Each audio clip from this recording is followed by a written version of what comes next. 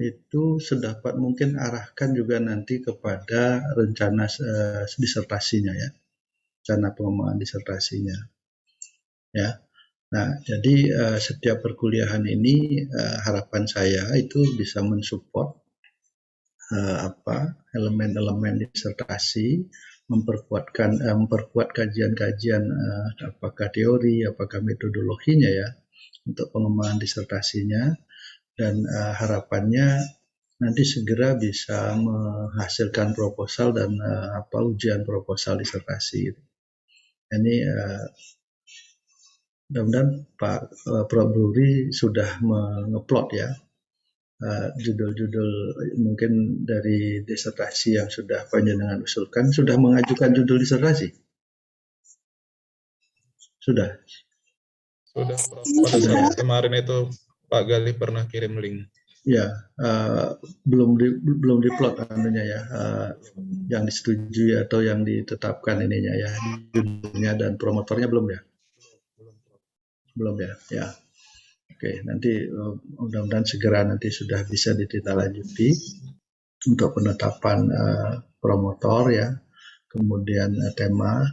Jadi begini saudara-saudara, silahkan diajukan apa yang sudah menjadi ide panjenengan, dan kemudian nanti kan ada kuliah seminar kan, akan segera nanti ditetapkan oleh Pak Prof. Bruri ya, siapa promotornya. Nanti kalau sudah, segeralah intensif berdiskusi gitu.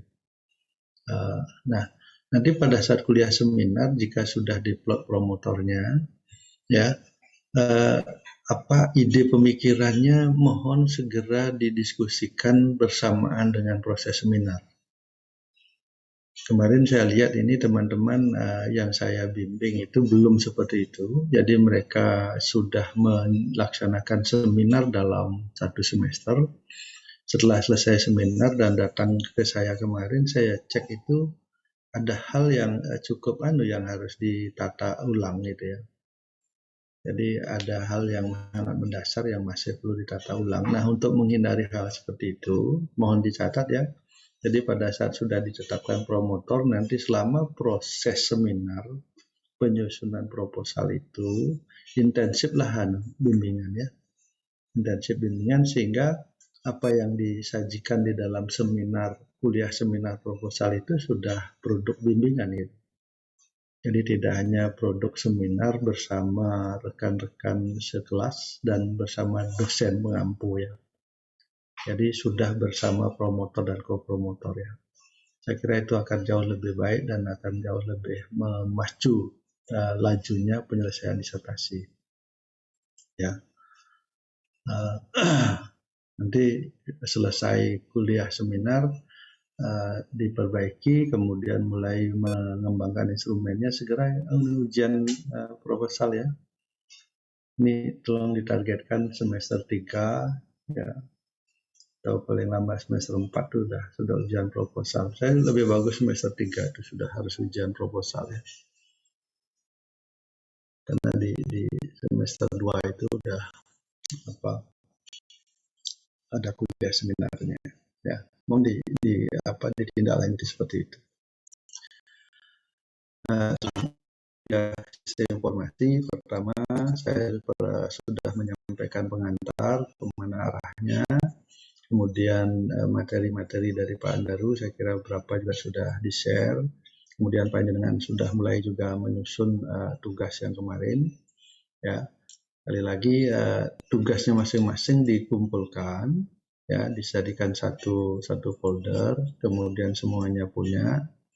Ya, nah kemudian di akhir dokumen itu atau bisa juga di awal naskah itu panjenengan semua melakukan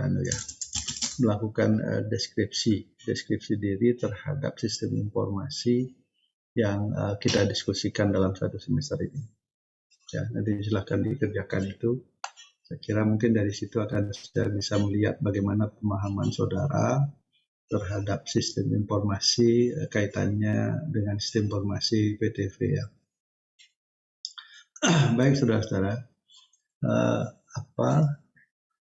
ini SMK ya, karena pendidikan vokasional itu tidak hanya SMK ya. Oke, saya akan gunakan SMK sebagai model gitu. Ada relasi kolaborasi konsolidasi yang harus diperhatikan dalam pengembangan pendidikan kejuruan ya. Jadi SMK sebagai atau lembaga VTV ya, bisa politeknik ya. Kemarin saya sudah katakan sesungguhnya pendidikan apapun yang disiapkan lulusannya untuk bekerja itu adalah menjadi bagian dari TVET gitu. Nah, SMK sebagai sebuah lembaga pendidikan ya yang ada di daerah sekarang dibina oleh gubernur ya. Gubernur dalam hal ini di bawahnya ada OPD Pemda ya, atau mungkin ada istilah SKPD atau OPD di Pemda ya.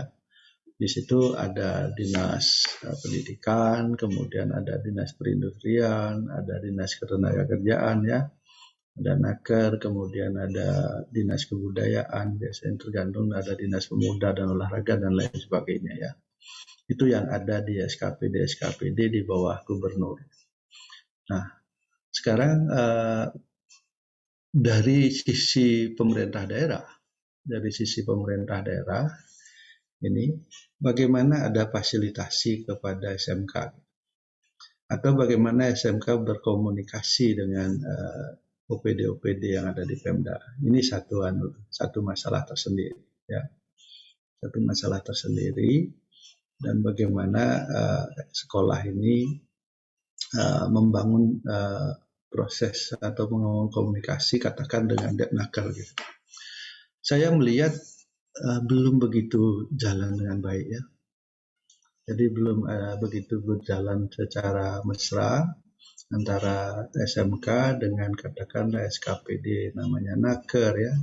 Kemudian namanya Departemen Perindustrian di daerah, ada namanya Departemen Dinas ya, Dinas Perindustrian, kemudian ada mungkin Dinas Koperasi yang membina UMKM, kemudian nanti di daerah juga ada yang namanya Kadin ya, dan juga badan-badan yang lain. Itu masih belum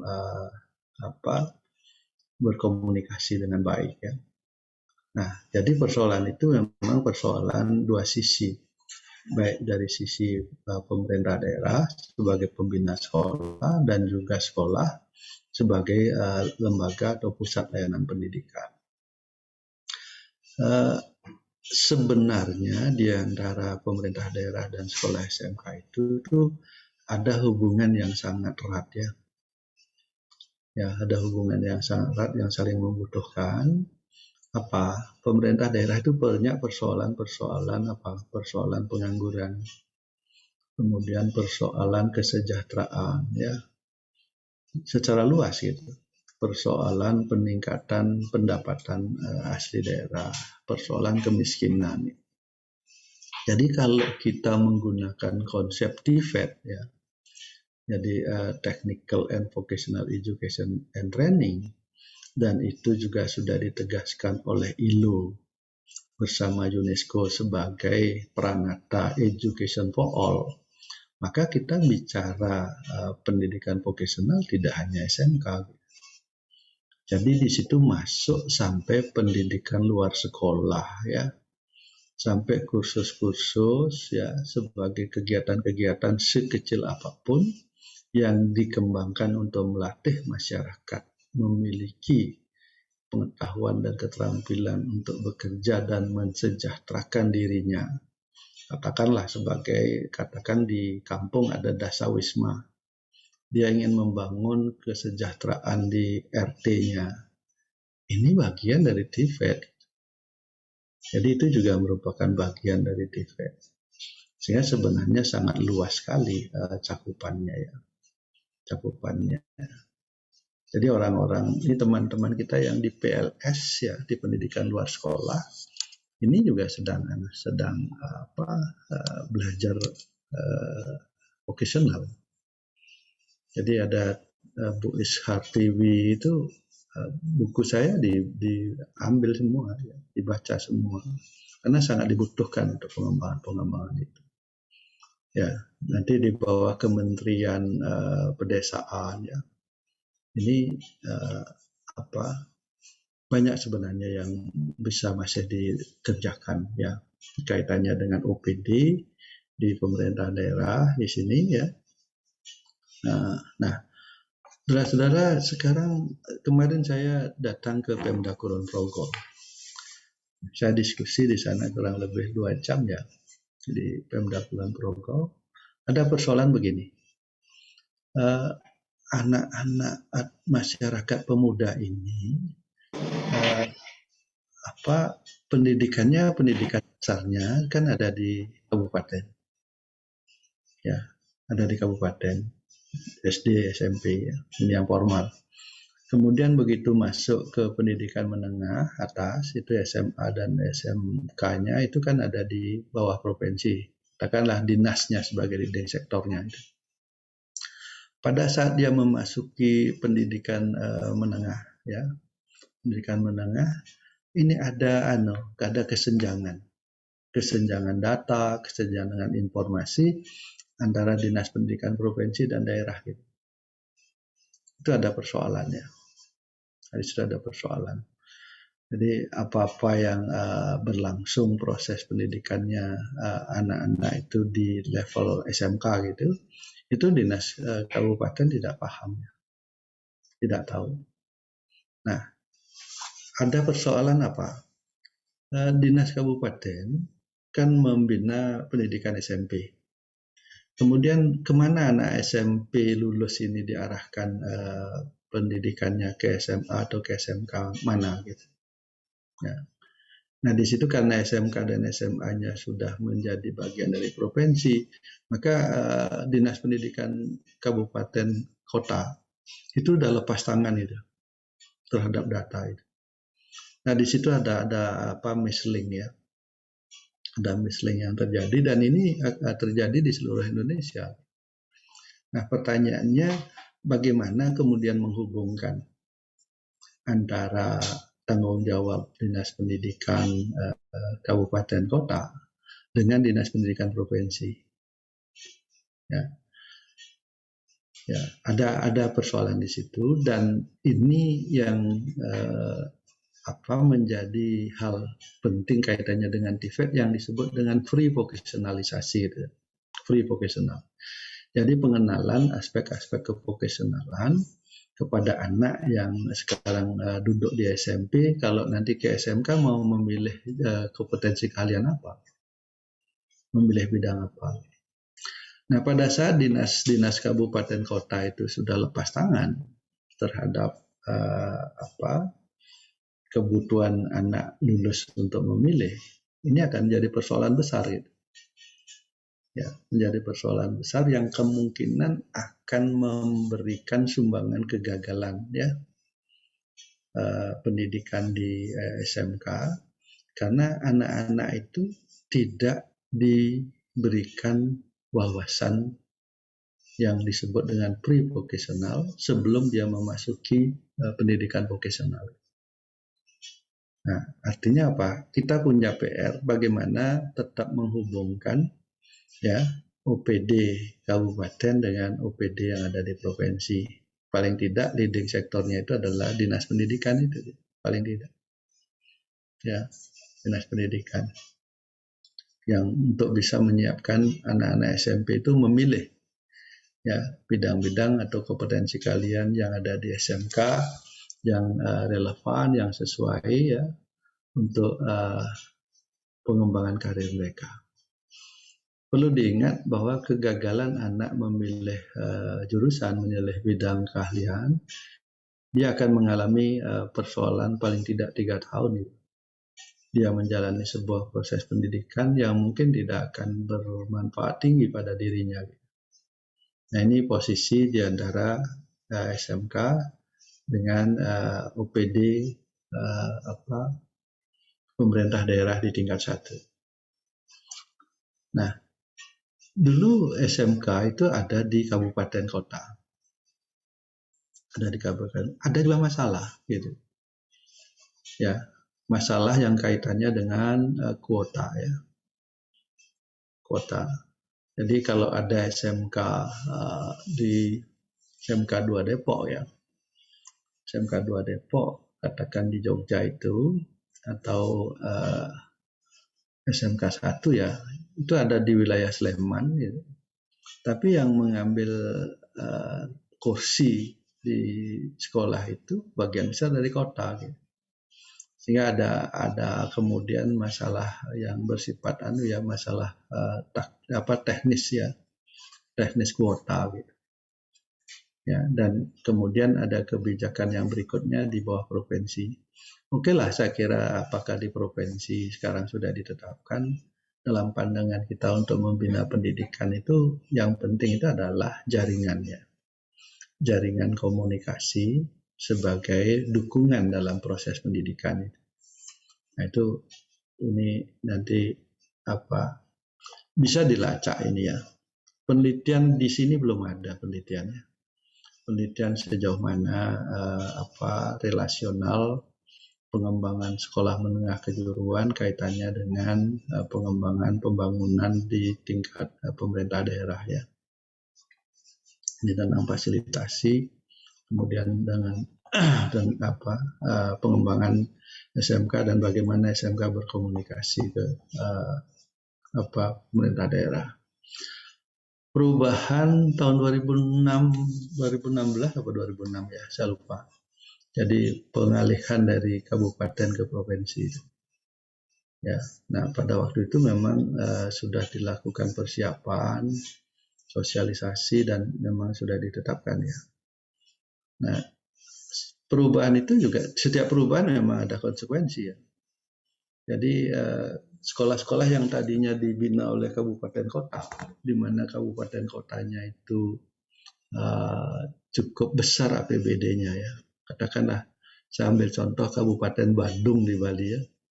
Kabupaten Badung APBD-nya itu sekitar 14 triliun ya. 14 triliun. Jadi 2 kali lipat dari APBD-nya DIY gitu.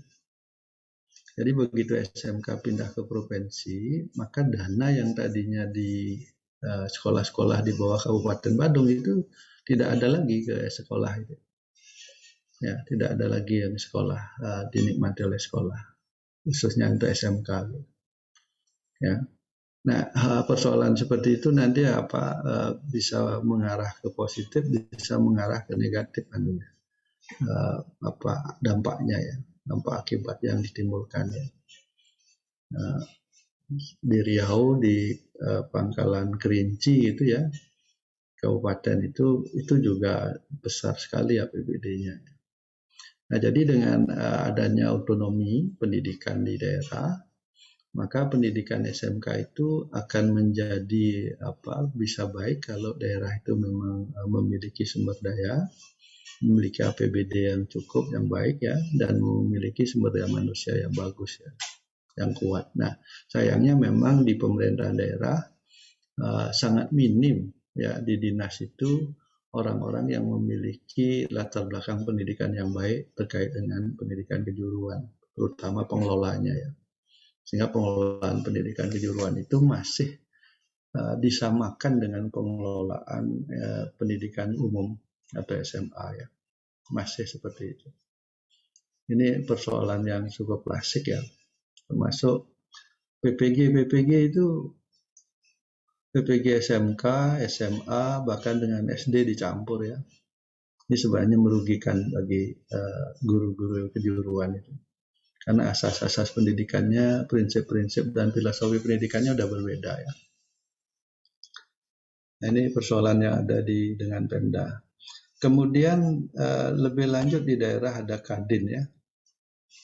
Ada Kadin, kemudian di Jogja itu namanya ada KVPD ya. Komisi Vokasi dan Produktivitas Daerah. Ini khusus di Jogja ya, yang menangani masalah pemagangan. Jadi KPPD ini punya jaringan yang cukup luas. KPPD Jogja, DIY ya. Kebetulan saya juga sebagai pembina, ketuanya itu Pak Wakil Gubernur ya. Jadi punya jaringan pemagangan dengan Jepang ya. Kemudian juga jaringan sertifikasi di bawah Naker ya. Jadi didanai oleh Naker provinsi.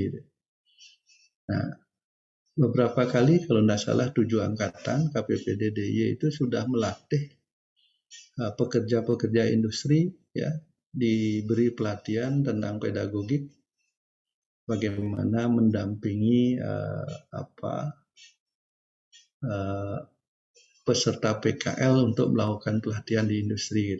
Jadi mereka itu adalah pekerja di industri ya, yang nanti pada saat kedatangan siswa atau mahasiswa PKL, bagaimana dia mendampingi belajar ya, menjadi instruktur dan menjadi tutor di industrinya itu. Jadi di Jogja kita punya program itu ya, pekerja pendamping ya, pekerja pendamping untuk pembelajaran di bawah KPPD. Nah, Kadin, apakah SMK kita sudah berkomunikasi dengan Kadinnya yang ada di daerah? Kadinda itu kayaknya masih belum kayak ini konsolidasinya itu. Sehingga di sini ada Kadin, kemudian bagaimana Kadin dengan gubernur, dengan pemerintah daerah ya. Ini juga perlu sekali koordinasi. Kemudian Kadin bersama dunia kerja, Dwika ya. Ini juga harus melakukan konsolidasi ya. Jadi dengan demikian di sini relasi di sini itu penting sekali memberikan atau membangun data, membangun struktur data, informasi tentang masalah-masalah ketenagakerjaan, masalah-masalah lapangan kerja ya, masalah-masalah mungkin kaitannya dengan upah buruh minimal misalnya ya, masalah-masalah sebaran ya, masalah-masalah pembangunan daerah gitu. Nah, saya kira dengan konsolidasi yang baik baru memungkinkan kita bisa mengembangkan SMK dengan plafon atau visi kebekerjaan yang baik ya. Ya. Jadi itu menjadi bagian penting sehingga pendidikan di SMK itu tidak hanya pendidikan untuk pendidikan itu. Jadi pendidikan yang betul-betul memang diselenggarakan untuk memberikan layanan kepada masyarakat dan pemuda di daerah untuk berpartisipasi pada pembangunan dan membangun kesejahteraannya gitu, melalui tugas atau bidang-bidang pekerjaan yang dipilih. Nah ini di sini saya kira masih banyak juga masalah atau persoalan ya yang belum terkonsolidasikan ya, belum terfasilitasi gitu. Ini. Nah demikian juga di masyarakat ya. Masyarakat kita tidak ngerti sama sekali ya sistem pendidikan di SMK itu kayak apa ya. Bagaimana pemerintah daerah membangun SMK, bagaimana pemerintah daerah punya lapangan pekerjaan apa ya. Kemudian pemerintah daerah punya program-program apa kaitannya dengan pengembangan kompetensi kalian di SMK. Ini informasinya itu masih putus ya. Ya, karena lemahnya informasi, kemudian masyarakat bingung mau masuk ke SMK itu milih apa, milih kompetensi kalian apa. Ya, orang tuanya bingung, siswanya bingung untuk memilih. Jadi dengan demikian di SMK di masing-masing daerah ya berdasarkan penetapan dari pemerintah daerah, gubernur, kemudian konsolidasi dengan Kadin itu mengumumkan itu. Jadi bagaimana mensosialisasikan, mengumumkan secara terus-menerus ya apa layanan apa yang disediakan di SMK. Kemudian bagaimana kemungkinan lulusannya untuk bisa bekerja, ini sampai ke masyarakat. Ya, bidang-bidang pekerjaan apa saja, skill apa saja yang dibutuhkan, bagaimana sampai ke masyarakat. Bisa ke ormas atau ke yayasan ya. Agar masyarakat nanti memasukkan putra-putrinya mengikuti pendidikan di sekolah menengah kejuruan, itu high link ya, jadi link dan match dan yang sangat mesra. Ya. Nah ini. Nah dari mana kemudian informasi tentang lapangan pekerjaan ya ini? Ada dunia kerja, dunia industri ya. Ya. Nah kemudian ada usaha-usaha kecil menengah yang ada di pedesaan. Videonya Renal Kasari kemarin memberikan stretching ya penekanan bahwa perekonomian di pedesaan itu lebih stabil daripada di perkotaan ya. Artinya lebih kuat daya tahannya daripada di perkotaan. Karena tingkat pengangguran di desa selama COVID persentasenya lebih kecil daripada di perkotaan. Nah, kemudian bagaimana kemudian mengembangkan industri besar yang cenderung ada di perkotaan? Bagaimana mengembangkan industri kecil dan menengah ya yang di pedesaan? Nah, itu harus menjadi bagian terprogram ya secara utuh gitu. Ya. Industri besarnya berkembang, industri kecilnya juga berkembang ya. Sehingga ketahanan perekonomian bangsa itu kuat ya. Ketahanannya itu yang harus dibangun melalui TVET ya. Jadi ada di sini ya cara ya. Nah, kemudian ada LSP ya. Ada lembaga sertifikasi profesi. Teman-teman, sangat penting segera kita melakukan apa yang disebut dengan skill forecasting ya. Skill forecasting. Sudah tampak jelas bahwa ada sekian juta pekerjaan hilang. Kemudian ada sekian juta pekerjaan baru yang akan muncul ya. Artinya apa? Ada skill yang sudah out of date, ada new skill yang harus dilatihkan lagi. Gitu. Nah, new skill itu apa? Apa saja?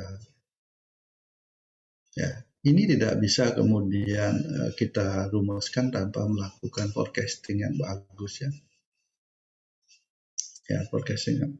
Ya, kalau skill-skill yang dibutuhkan sudah jelas ya berdasarkan kemungkinan pekerjaan-pekerjaan baru yang muncul, maka itulah yang dimasukkan di bahan kurikulum. Ya, dijadikan bahan untuk pengembangan kurikulum dan pengembangan program, baik untuk pendidikan maupun untuk training, ya, untuk pelatihan-pelatihan itu. Artinya apa? Artinya ada challenge yang cukup besar di situ. Ya, jangan sampai nanti ada LSP memberikan layanan sertifikasi, sertifikatnya sudah terbit, tetapi tidak bisa digunakan karena tidak cocok lagi dengan kebutuhan skill baru gitu. Nah, itu perlu dipertimbangkan baik-baik di situ ya. Jadi LSP harus tahu betul bagaimana memprediksikan atau melakukan forecasting skill yang bagus untuk ke depan di mulai 2025 ya 2030 2035 itu konkret itu. Nah, jika skill forecasting riset kita bagus dan kemudian deskripsi skillnya sudah bagus mapan gitu ya bahwa ini, maka sangat sangat bagus sekali itu bisa dijual ya dan bisa digunakan sebagai bahan untuk mengembangkan pelatihan, kemudian sekaligus juga untuk melakukan sertifikasi kompetensi ya, dan kemudian membekali masyarakat pemuda kita dengan berbagai sertifikat kompetensi yang high kan ya, yang sangat-sangat memiliki relevansi yang tinggi ya. Jadi high relevan dengan kebutuhan dunia kerja yang baru ya, dunia kerja yang baru ya. Jadi harapannya ini LSP ada pelatihan, ada proses sertifikasi, kemudian menghasilkan tenaga kerja yang capable ya, bekerja dan tersertifikasi sesuai kebutuhan masa depan. Ya, oke. Berikut jangan lupa peran pemerintah pusat. Impres 9 2016 itu ya tentang revitalisasi SMK itu memang bagus gitu. Jadi sangat bagus itu. Bagaimana 12 kementerian itu sudah ditunjuk harus melakukan apa.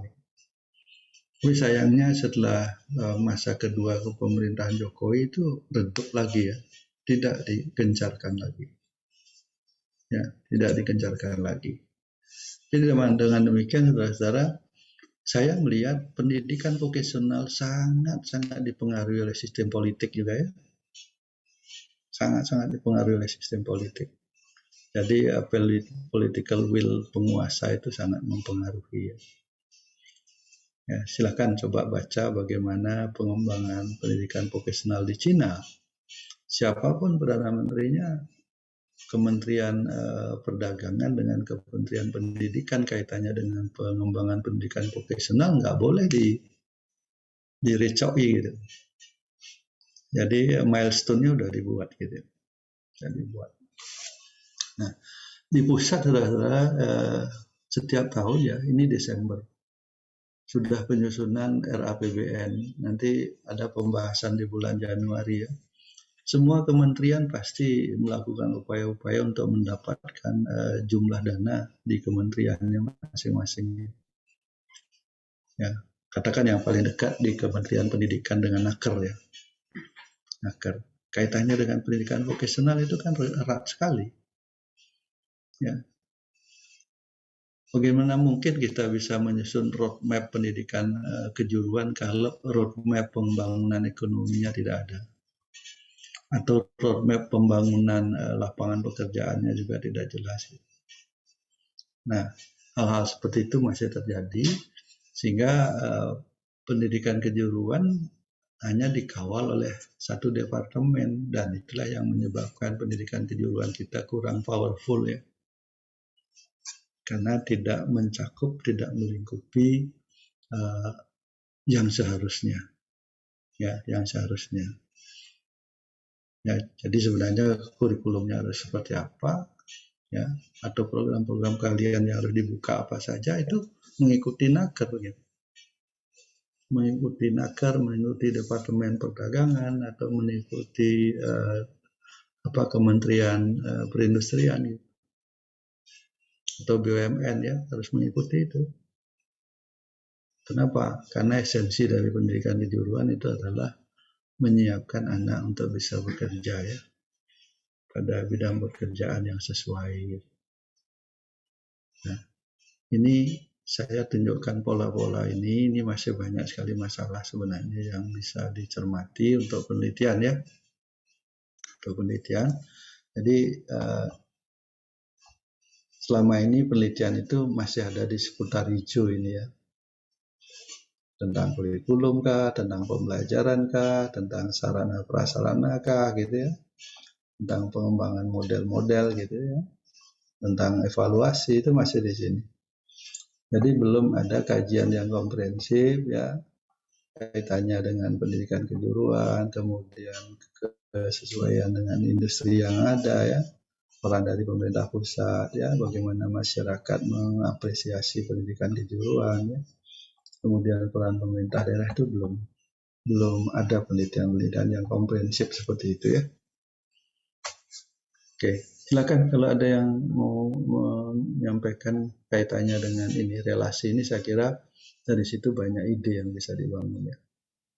Ya, izin Prof. Ya, silakan. Ya, baik Prof.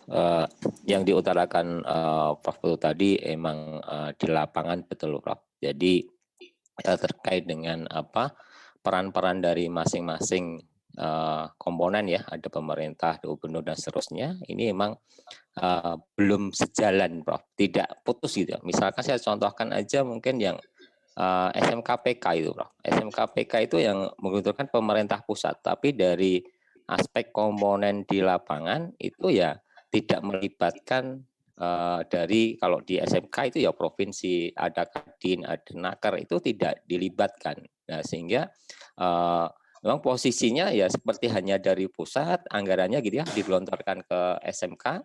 Nah, itu udah di situ aja, mentoknya di situ gitu loh. Jadi ketika misalkan kita akan mengembangkan SMK, misalkan isi konsolidasi ya dengan Kadin, misalkan dengan Naker dan seterusnya, itu juga nanti terbatas pada anggaran Prof. Jadi ketika mengundang itu anggarannya nggak ada gitu. Nah, itu kadang jadi problem juga gitu Prof.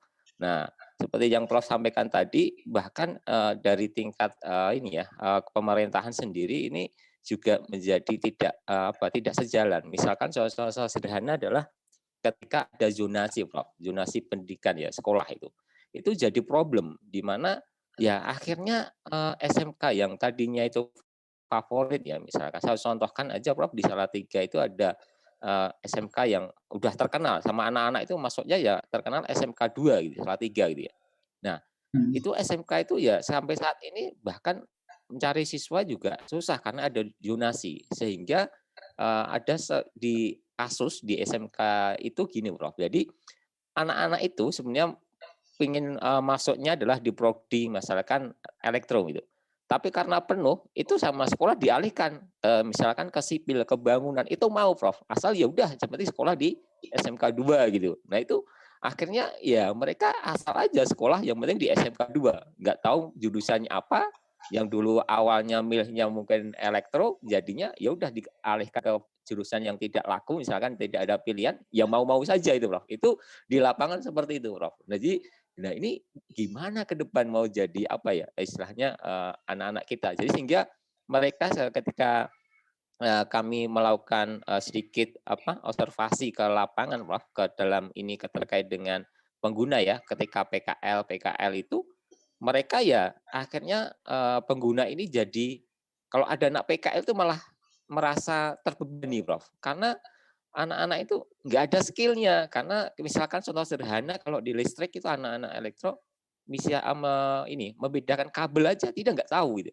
Kalau TKJ itu kremping aja nggak bisa. Nah ini ketika di lapangan ini anak ini sekolah ngapain gitu loh. Ternyata memang ada problem ketika dia masuk itu jadi masalah karena dia tidak sesuai dengan bidangnya ataupun ya asal aja yang penting saya sekolah di SMK 2 keren gitu loh. Itu problem loh di lapangan. Nah, dan juga terkait dengan ini sinkronisasi dengan usaha dan seterusnya ini tidak berjalan sama sekali Prof. Nah, ini terkait dengan kebijakan-kebijakan dan pelarinya itu ke anggaran Prof. Kalau tidak ada anggarannya ya gimana gitu loh. Itu problem Prof. Nah, itu mungkin sedikit Prof yang saya temui di lapangan. Kalau kita bisa menyinkronkan semua ini, itu alangkah saya yakin itu bisa bagus SMK berkembang ini. Tapi karena kondisi di lapangan ini yang jalan sendiri-sendiri. Jadi kalau di SMK PK sekarang ini saya amati adalah sekolah itu ya yang penting anggarannya jalan. RAB-nya jalan, udah laporan beres gitu. Jadi tidak memikirkan ke belakang keberhasilan itu belakang Prof. Jadi yang dipikirkan adalah yang penting jalan RAB dapat gitu Prof. Nah itu mungkin sedikit yang ada di lapangan begitu Prof. Terima kasih Prof. Ya, ini saya mengajak panjenengan semua sekarang sudah mengambil S3 di PTK ya, mencermati hal ini. Kemudian cobalah nulis ya. Coba nulis, kemudian buat tulisan yang konseptual ya. Nanti mudah-mudahan di Kompas ya, publish di Kompas itu agar dibaca. Cari media-media yang nasional karena persoalan ini kayaknya persoalan nasional ya, tidak hanya di daerah-daerah tertentu yang terjadi ya. Jadi agar menjadi perhatian yang lebih serius bahwa pendidikan kejuruan itu beda ya, tidak bisa dikelola parsial gitu. Jadi katakan tadi zonasi ya, tak bisa kemudian dengan parsial kebijakan itu diterapkan pada bidang SMK. Nah itu anunya apa? Oke lah SD. Jadi setiap kebijakan kan ada landasan dan dasar. Nah, begitu landasan dan dasarnya itu sebagai asumsi tidak cocok dengan SMK. Nah, kebijakan itu akan merugikan, akan mengacaukan yang tadinya barangkali sudah baik ya. Ya, untuk hal-hal seperti ini, saya kira pasca sarjana universitas itu penting sekali mendudukkan sebagai media kontrol ya. Caranya adalah menurut saya menulis ya, tulis. Kemudian sajikan silakan nanti saya mau kok mendampingi, ayo nulis ya, mungkin satu tulisan berdua gitu ya. Nanti membuat tulisan-tulisan nanti secara periodik nanti disampaikan ke koran-koran nasional atau apapun modelnya yang bisa ya. Medianya media sosial itu yang bisa dibaca oleh politisi, kemudian pejabat daerah gitu ya, agar menjadi perhatian itu. Jangan kemudian karena kita diam persoalan itu berlarut panjang gitu. Ya tadi misalnya pemilihan jurusan, pemilihan kompetensi keahlian ya. Kemudian membiarkan anak seperti itu terus jelas melanggar atau bertentangan dengan asas-asas pendidikan vokasional. Ya. 16 teori Prosser kan juga salah satu menyebut itu kan.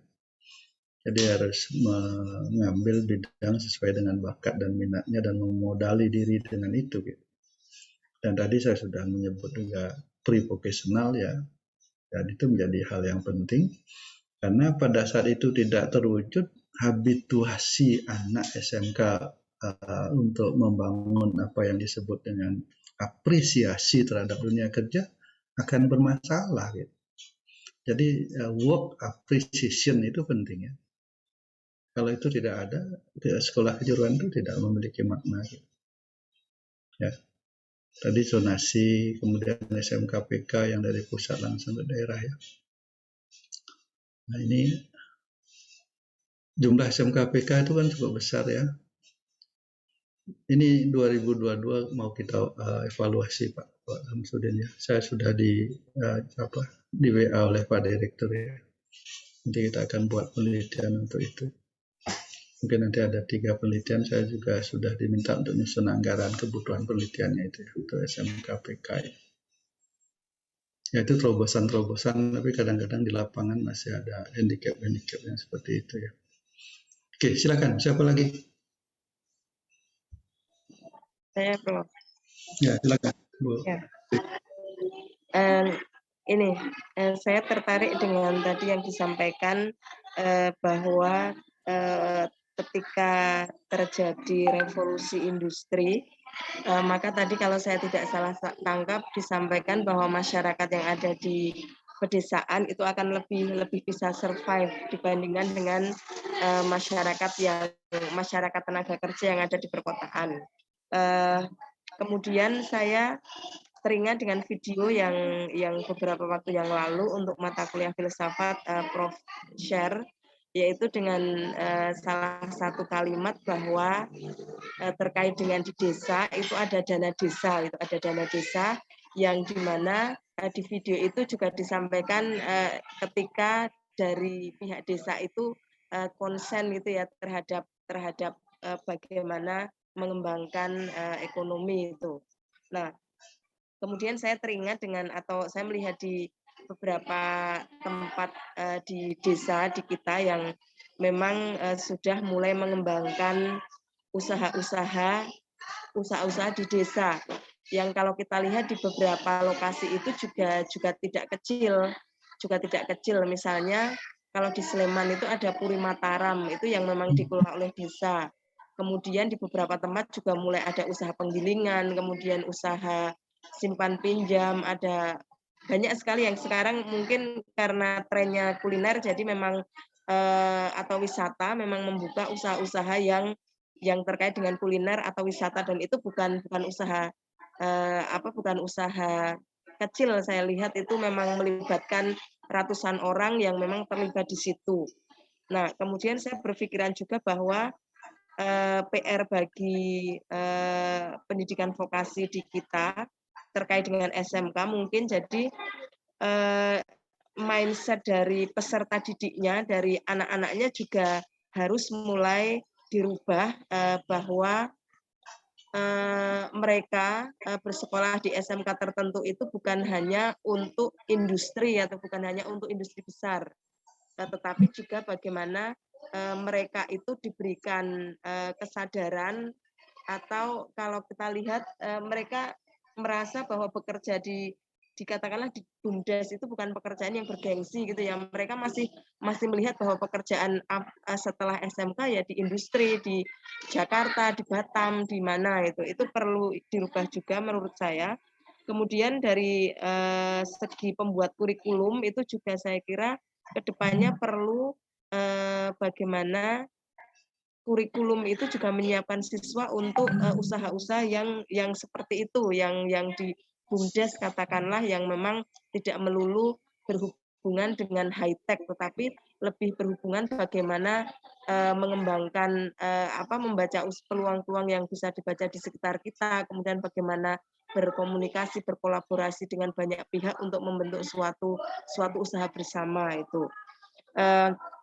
Kemudian yang masih menjadi pertanyaan saya juga terkait dengan sejauh mana sebenarnya desa itu dengan dana desanya itu memiliki kewenangan untuk membuka usaha seluas-luasnya itu. Apakah mereka itu memang mereka itu bisa membuka usaha apapun, yang artinya mereka sebenarnya kalau kita lihat seandainya mereka bisa, ya saya belum tahu ini, mereka kan bisa membangkitkan perekonomian di sekitar situ. Katakanlah kalau Indonesia ini kan sebenarnya juga terdiri dari desa-desa. Bahkan di Jakarta pun kan juga ini sebenarnya desa atau kelurahan, yang artinya dari lingkup kecil ketika seorang kepala desa itu mampu membuat suatu usaha, maka kemungkinan orang-orang di wilayahnya itu juga akan tersejahterakan secara ekonomi. Saya kira itu Prof tanggapan dari saya dan sedikit pertanyaan tadi. Terima kasih. Ya, Bu Tri dan juga teman-teman ya, kita kan sudah lama menyuarakan global village itu ya, desa global. Jangankan hanya di satu wilayah namanya kabupaten gitu ya, dunia pun sekarang udah satu desa yang menyatu gitu ya. Jadi pola-pola pikir dulu desa dan kota sebenarnya sudah hilang harusnya ya. Semua itu adalah village itu ya, semuanya adalah sebagai desa gitu. Saya beri data begini. Sekarang mungkin ada sampai ratusan ya perusahaan-perusahaan asing provider software yang berdomisili di Bali. Ya. Dan tidak di kota, mereka mengantor lah gitu ya. Jadi kantornya kan ada di Australia sebagian, kemudian ada yang di Bali ya, di Denpasar gitu. Kenapa gitu? Kenapa memilih begitu? Karena bekerja sekarang itu sudah tidak lagi bekerja dengan kantor-kantor formal ya. Jadi lebih kepada pekerjaan-pekerjaan yang sudah semakin tidak formalis polanya gitu. Jadi mereka buka kantor di Bali, harganya murah, sewanya ya. Kemudian sambil kerja dia setiap hari mau wisata, mau PP-an di Sanur, happy-happy, makanan murah gitu. Sekarang terjadi seperti itu. Gitu. Maka anak-anak kita yang kuliah di Jogja pulang ke Bali kerjanya di Bali, dia. Terutama yang di IT ya. Yang di IT itu kayak gini nih ya. Jadi ada perubahan-perubahan pola yang cukup besar ya. Nah, berikut yang lebih spesifik lagi tentang pedesaan ya. Kemendes ini memang sedang gencar juga ya, gencar juga untuk menyuarakan agar back to village ya, anak-anak itu agar kembali ke desa dan bagaimana membangun potensi desa menjadi basis ekonomi, dan juga di situ dibutuhkan pengembangan skill yang tidak lagi yang skill yang sederhana ya. Jadi mulai yang sederhana sampai ke high skill ya, di desa itu sudah diperlukan. Mari lihat, saya kan sering ada di Sumber Waktu di Prambanan, kalau tahu ya. Di situ ada Abayagiri, kemudian ada sekarang Suwatu ya. Kemudian banyak coffee shop mulai dibangun. Saya kalau nongkrong di sana, saya ngobrol dengan pemuda-pemuda di sana mengingatkan, desa Anda sekarang sedang dilirik loh ya. Jadi desa Anda sekarang akan memiliki ruang ekonomi yang bagus. Ya. Nah, saya beritahu, pikirkan baik-baik cara ya bagaimana mengembangkan desa ini sebagai destinasi dan sebagai pusat bisnis. Ya. Ya, saya sampaikan seperti itu. Ya, saya berikan contoh-contoh yang ada di Bali, katakan di desa Kutuh ya. Desa Kutuh itu desa yang ada di Jimbaran kan, yang punya Pantai Pandawa itu gitu. Yang punya Pantai Pandawa. Pantai Pandawa itu kan dulu hanya bukit seperti yang ada di Gunung Kidul saja. Ya, yang dimiliki oleh desa Kutuh itu dulunya dipakai untuk pembiakan rumput laut ya. Jadi tadinya basisnya basis agriculture rumput laut itu. Nah itu hanya bisa berjalan kalau nggak salah 2-3 tahun ya panennya. Habis itu karena pengaruh alam ada rusak ya. Nah di situ ada evaluasi, kemudian bukit yang tadinya tinggi itu dibelah ya. Dibelah, dibuatkan jalan, kemudian masuk ke pantainya gitu. Nah, kemudian dijadikan objek wisata, dengan sedikit dikasih hiasan patung ya, dikasih pusat layanan. Nah, yang penting itu adalah koordinasi di tingkat desa itu. Konsolidasi bagaimana menyatukan masyarakat di tingkat desa itu yang terjadi di sana. Saya juga agak heran, ada adik kelas dari jurusan otomotif dulu di sini, di FT ya, namanya Pak Wayan Badre itu.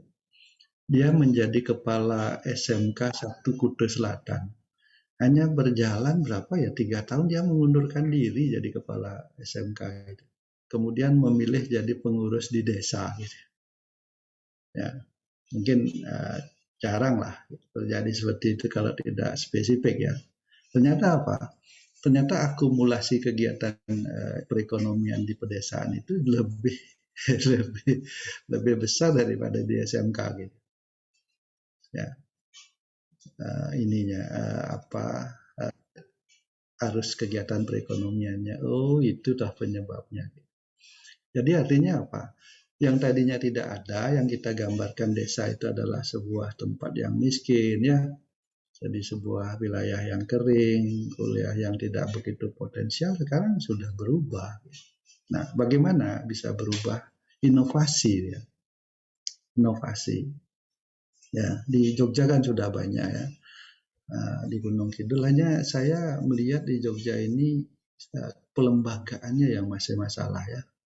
Jadi persatuan dan kesatuan di wilayah teritorialnya itu masih masalah. Gitu. Jadi belum terkelola secara kelembagaan ya. Kalau di Bali setiap desa itu punya lembaga adat ya Bu Tri ya. Namanya desa dinas dan desa adat gitu. Nah, desa adat ini punya kewenangan ya, pimpinannya itu punya kewenangan mutlak untuk mengatur gitu. Jadi masyarakat di situ sangat patuh dengan aturan yang ada di desa adat itu. Sangat tinggi kepatuhannya gitu. Ya, bukan berarti kepatuhan buruk ya. Jadi untuk mendukung kebutuhan desa itu sangat bagus sehingga mudah menata. Seperti contoh yang di Desa Kutuh ya. Kalau pernah ke Bangli, ke Penglipuran pernah tahu ya, nanti lihat itu juga contoh gitu. Di Penglipuran pendapatan desa itu 1 tahun yang masuk ke desa itu 15 miliar ya. Dia juga sudah nyetor 20 miliar ke Pemda Kabupaten itu. Ya, dari desa wisatanya. Nah, apakah itu vokasional? Itu vokasional semua. Jadi membutuhkan sentuhan-sentuhan vokasional secara komprehensif. Ya. Nah, potensi seperti ini, Kulon Progo saya sudah membimbing 2 ini, sama Pak dan dari UAD dan dari sarjana di atas saya membimbing disertasinya itu. Jadi pengembangan desa wisata di Kulon Progo ya. Nah, ini kemarin sudah selesai proposalnya, habis diseminarkan, saya suruh menata lagi sedikit biar nanti segera ujian itu. Jogja banyak potensi ya, baik yang ada di Sleman, yang kaitannya dengan agriculture-nya, kemudian di Kulon Progo ya, kemudian di Gunung Kidul ya, di kota saya kira juga punya gitu. Nah, ini bagaimana ekonomi yang berbasis desa itu dikembangkan. Jadi dengan demikian Pak Kasali bilang kan ketahanan ekonomi di pedesaan masih lebih kuat daripada ketahanan ekonomi di perkotaan. Melihat dari kasus COVID ya, jumlah pengangguran, peningkatan pengangguran di pedesaan lebih kecil persentasenya daripada di perkotaan. Gitu. Nah ini menarik. Jogja dalam bulan-bulan ini ya, Oktober, November, kepadatannya itu kan tinggi banget. Kepadatannya kan tinggi banget. Kan? Di Maguwo, di depan rumah saya itu Jumat itu panjang banget antreannya. Coba perhatikan, plat mobilnya pasti plat B kebanyakannya. Saya mensinyalir itu teman-teman keluarga kita yang tadinya di Jakarta sekarang masih ada di Jogja, belum kembali gitu. Belum kembali ke ibu kota ya. Nah ini itu sebagai wujud bahwa memang ketahanan ekonomi di pedesaan lebih kuat ya daripada di perkotaan. Walaupun ini memang setuju perlu ada edukasi mindset Bu Tri ya pada anak-anak itu. Jadi tidak lagi mereka berpikir bahwa desa itu katrok gitu ya, desa itu kuno gitu. Tapi desa itu adalah sesuatu yang indah. Desa itu adalah pusat yang bisa mensejahterakan dan membahagiakan bagaimana mengolah desa gitu. Menjadi pusat-pusat ekonomi dan pengembangan ekonomi yang bisa dikembangkan sebagai desa vokasi gitu ya. Jadi sebagai desa vokasi. Mari pikirkan tentang desa vokasi ya. Buat kajian-kajian tentang desa-desa vokasi. Karena itu nggak ada kajiannya di luar negeri ya. Nah kalau itu nanti banyak muncul, kita akan menjadi sumber inspirasi bagi TVET internasional gitu. Apalagi yang green job ya. Saya sebenarnya sudah minta-minta tapi kok belum sempat melangkah karena Pavlova itu kan mengembangkan green job itu sudah sedemikian. Di Hong Kong kan dia tidak punya ruang kan yang sebaik yang ada di Indonesia gitu. Ya di sini banyak sekali yang bisa diolah ya. Sumber-sumber alamnya ya luar biasa ya, baik di pertanian, perkebunan, di tekstil ya, makanan ya, banyak sekali. Nah, setuju juga tim pengembang kurikulum, pemikiran. Nah ini semuanya harus memang kita yang menstimuli Bu Tri ya. Jadi kita harus mewacanakan dari kampus, kemudian dari wacana kampus itulah sebagai inspirasi sehingga nanti teman-teman kita yang ada di dinas, teman-teman kita yang ada di direktorat itu akan terbuka pikirannya gitu ya. Nah silakan lihat nanti webnya Kemendes itu sangat menarik kok. Banyak yang bisa juga digarap dari situ ya. Oke, silakan. Siapa lagi? Atau Bu Tri masih ada respon, silakan. Sudah, Prof. Terima kasih. Izin, Prof. Ya, monggo. Saya tertarik berkaitan dengan KVPD tadi, Prof. Bagaimana kelembagaannya ini, Prof? Apakah memang langsung di bawah provinsi atau seperti apa begitu, Prof? Karena setelah saya searching juga ada yang disebut dengan FKJP DIY, Prof ya. Forum Komunikasi Pemagangan. Nah, mohon info lebih lanjutnya, Prof. Ya. FKJP itu elemennya dari KVVD ya. Jadi KVVD itu di-SK-kan oleh gubernur ya, ada SK-nya SK gubernur, kemudian didanai oleh gubernur di bawah Naker ya. Jadi kegiatan-kegiatannya itu di bawah Naker ya. Di Jogja ya, karena ini di Jogja itu ketuanya sekarang diketuai oleh Bapak Wakil Gubernur. Ya, Pak Wakil Gubernur, kemudian di dalamnya ada unsur-unsur Kadin ya. Ada unsur Kadin, kemudian ada unsur pejabat dinas ya, dan juga ada dosen ya. Dan juga ada dari LSP yang ada di Jogja. FKJP itu sayapnya ya, yang bekerja untuk dalam bidang pemagangan. karena KPPD itu tidak hanya pemagangan saja. Jadi kita intensif FGD kok di kegiatan KPPD ya. Nah, itu yang ini di bawah gubernur ya, ada SK gubernur itu. Nah ini Kadin juga aktif sekali di dalamnya, Kadin DIY ya. Mas Kamsudin kemarin teman kami di KPPD nelpon saya, Pak Putu, SMKPK kok pendampingnya dari universitas sama politeknik, Kadin kok enggak dilibatkan sih gitu anehnya. Ya. Industri atau Kadin kok enggak dilibatkan. Jadi komentarnya ada seperti itu ya. Saya kira kalau pendampingannya lebih diperluas, saya kira juga bagus ya. Oke lah, nanti kita lihat, mau kita evaluasi kok itu ya. Untuk di riset yang anggaran 2022 nanti. Itu Mas Alvin.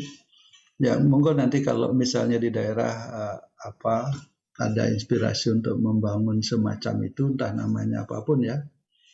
Ya, saya kira itu penting, dan caranya membangun bisa melalui Dinas Naker ya. Dewan Dinas Naker bersama Dinas Pendidikan. Kita biasanya duduk itu Naker, Pendidikan, Dinas Koperasi ya. Bahkan juga dinas-dinas kelautan yang terkait itu kita duduk bersama. Ya, nah pemerintah provinsi tahun 2018 sudah menyusun naskah akademik tentang perda pendidikan kejuruan ya. Saya diminta oleh Gubernur DIY untuk menyusun itu. Jadi naskah akademiknya sudah, kemudian draft perda pendidikan kejuruannya sudah. Saya belum tahu apakah sudah ditetapkan atau belum ya, karena setelah itu belum seperti lagi. Jadi begini, prinsip-prinsip baru pengelolaan keuangan negara sekarang, apapun keuangan negara harus ada landasan hukumnya gitu ya. Jadi kalau tidak ada landasan hukumnya, misalnya perda, itu sulit anggaran itu akan teralokasikan ya. Nah, artinya apa? Artinya kita penting mengingatkan, bukan ya, penting juga menyampaikan kepada gubernur-gubernur yang ada di daerah-daerah manapun gitu ya, agar juga menyusun perda pendidikan kejuruan ya. Karena hanya dengan perda itu gubernur itu bisa mengalokasikan dan membuat kebijakan pembangunan pendidikan kejuruan ya. Kalau tidak akan terbangun. Artinya kalau itu tidak ada, SMK itu ya hanya sekedar ada di daerah gitu. Tidak akan terbina ya, tidak akan terfasilitasi oleh pemerintah daerah, oleh gubernur itu. Nah, akibatnya apa? Akibatnya SMK itu lompat ke pusat itu Pak Kamsudin ya, beberapa periode yang lalu gitu. Jadi kegiatan-kegiatan bantuan dana dari pusat, utamanya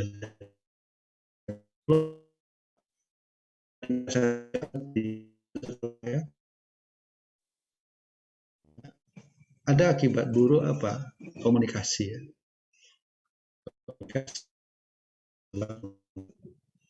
Jadi nanti SMK juga melalaikan pemerintah daerah cuek dengan pengembangan SMK gitu. Jadi, secara sistem ada yang lepas gitu. Nah, itu Mas Alvin. Ya, terima kasih. Jadi memang komunikasi yang penting ya Prof ya. Penting sekali komunikasi, kolaborasi ya. Itu yang saya katakan, pendidikan vokasional beda pengelolaannya dengan pendidikan umum yang akademik ya. Karena pendidikan vokasional menyangkut sektor-sektor yang bersifat aktual ya. Sektor yang aktual dan kontekstual itu. Jadi sangat terkait dengan lembaga-lembaga atau daerah akan di pusat.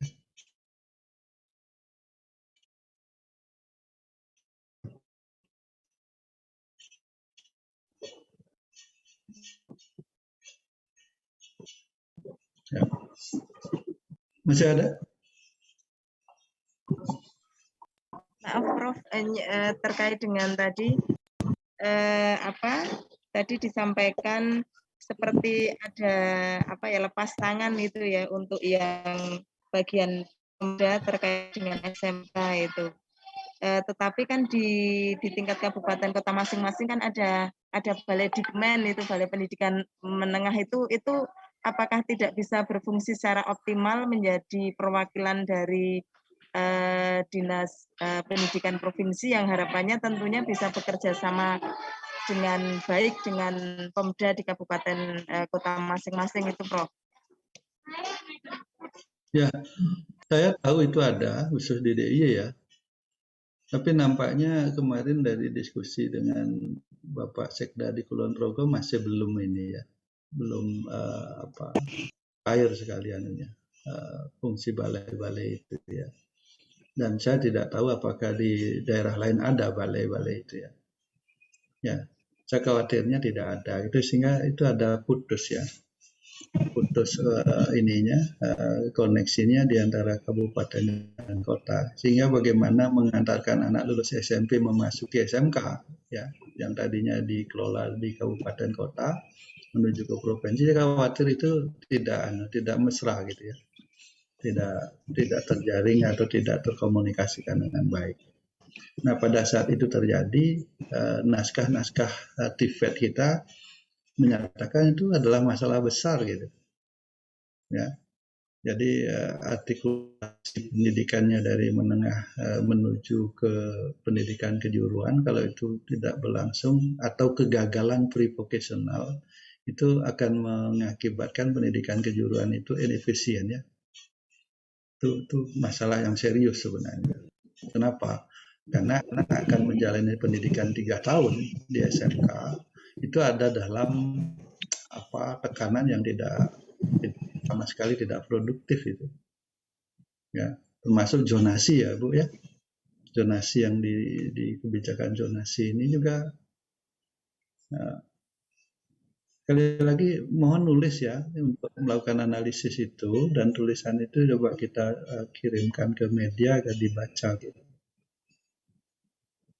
Ya.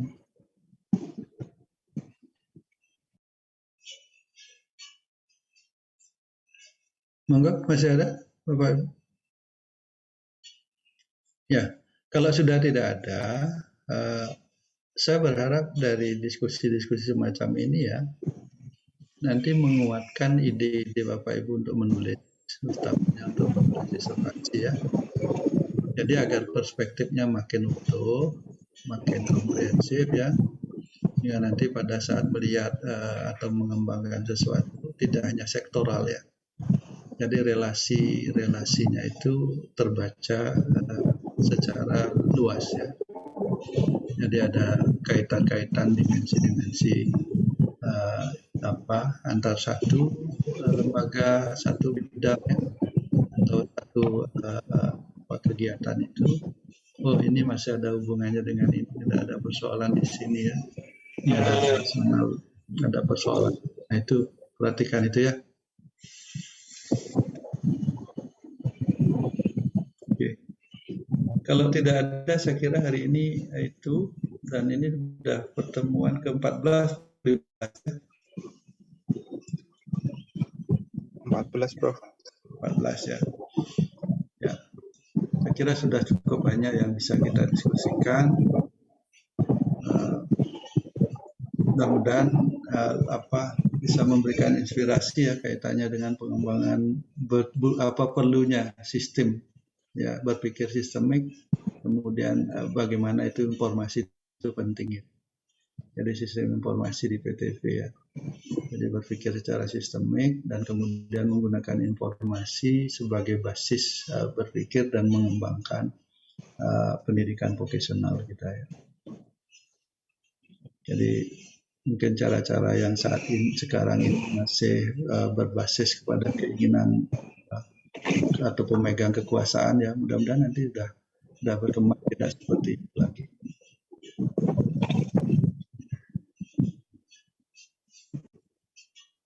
Cukup? Tidak ada lagi? Pak Andaru masih di jalan, yang beliau sedang ke Pemda ya.